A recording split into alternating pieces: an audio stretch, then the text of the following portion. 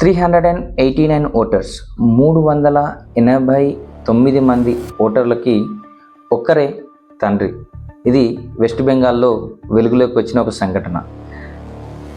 బారాబానీ constituency, Asansol Lok Sabha నియోజకవర్గంలో west Bengal లోపల ఉంది ఇది.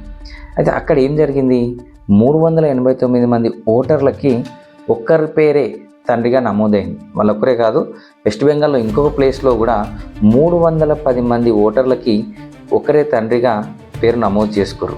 ఇది వినడానికి చాలా ఆశ్చర్యంగా ఉన్న ఇది జరిగింది. ఎలక్షన్ కమిషన్ సుప్రీంకోర్టుకు ఇది నివేదించింది.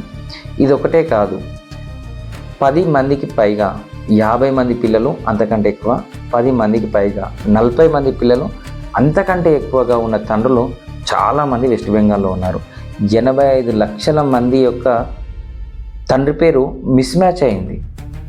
అదే కాకుండా 24,21,000 మందికి పైగా వాళ్ళ తండ్రి పేరు నలుగురు కంటే ఎక్కువ మందికి ఉంది. వాళ్ళ పిల్లలు కూడా ఉండొచ్చు అనుకోండి, అయినా ఇది చాలా హ్యూజ్ నంబర్. ఎందుకంటే భారతదేశం లోపల జనాభా నియంత్రణ పాటించాల్సి